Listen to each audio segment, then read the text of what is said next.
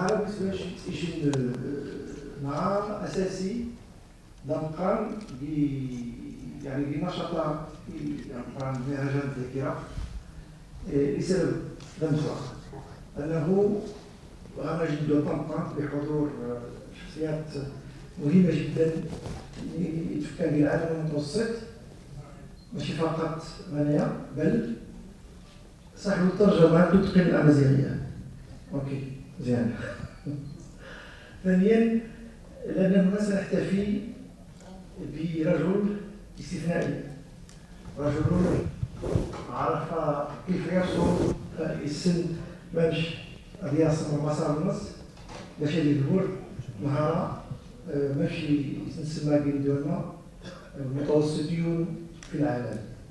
سيدي حمد الطبيب مرحبا بك.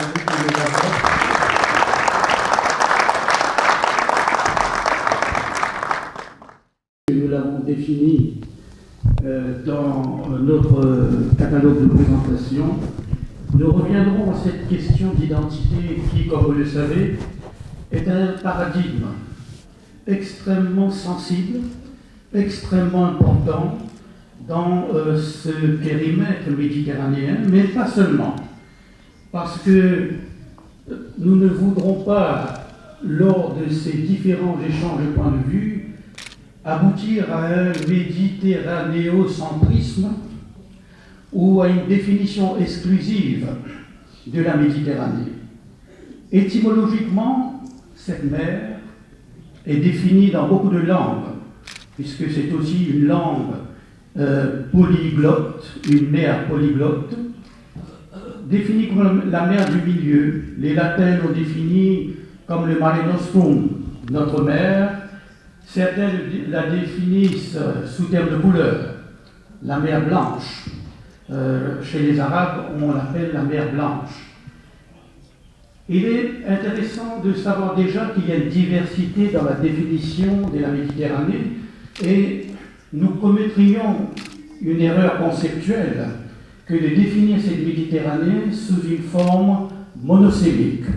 Notre approche de cette mer est fondamentalement une approche plurielle. Alors, nous avions parlé ici dans les rencontres du Festival de Nador de la dynamique de deux rives. Mais je pense que nous sommes maintenant, que nous le voulions ou pas, dans un temps de la mondialisation. Certains l'appellent la globalisation, de la mondialité, où il y a, malgré nous, avant la mise en relation, la mise en contact. Il y a une petite différence entre ces deux termes. On peut avoir une mise en contact dans des conditions historiques précises qui ne signifient pas forcément que la mise en contact est une mise en relation. C'est pour cela que beaucoup de sociologues, de philosophes, ont défini cette mer comme une mer des réfractions. Réfraction, pourquoi ? C'est la mer des empires, l'empire grec, l'empire romain, l'empire, on va dire, pour aller vite, catholique, islamique. Il y a les trois monothéismes qui chacun a voulu faire de l'espace méditerranéen une ère de conquête. Presque unique dans les annales de la diplomatie, et je suis heureux de saluer un personnage dont la réalisation dans un pays européen aussi exigeant que l'est la Hollande est un honneur pour l'ensemble du mandat. On m'a demandé d'évoquer assez longuement, je n'en abuserai pas, le problème de la Méditerranée, non seulement en tant que mémoire, mais en tant également qu'espace partagé et discuté. Je voudrais placer ma réflexion devant vous, mesdames et messieurs, sous ce poème très connu de Ibn Arabi. تحية الأساتذة المحاضرين بارك هذا المهرجان للدعوة. صديقي الشاعر الكبير الأستاذ صلاح سويتي أطر موضوع البحر المتوسط ذاكرة الشعوب الخلاقة، واستفاض الكلام بالشعر، الحضارة، الثقافة والإنسانيات. حب ضيف على اللي تفضل فيه صديقي الأستاذ سويتي. البحر المتوسط صحيح هو ذاكرة الشعوب، هو أيضا ثلاثي المغازي.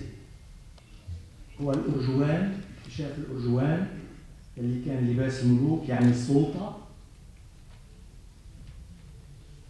هو الحرف اللي انطلق من جبيل، مدينة حد أمشي، مدينة صديقنا الأستاذ مرسال خليفة.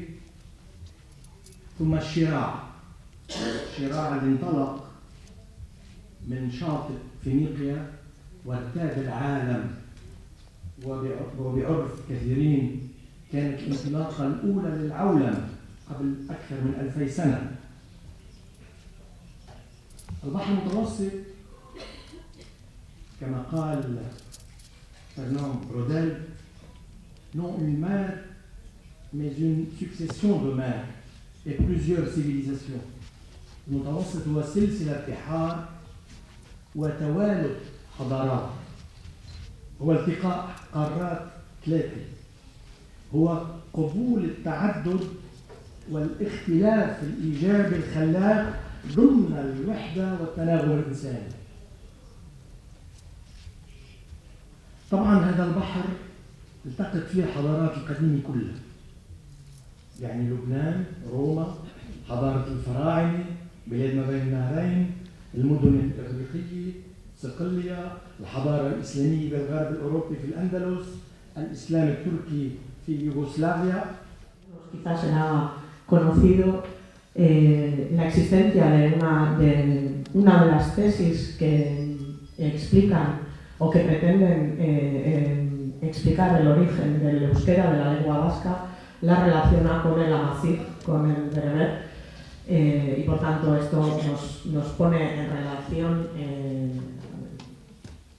en términos de filología lingüística para algunos.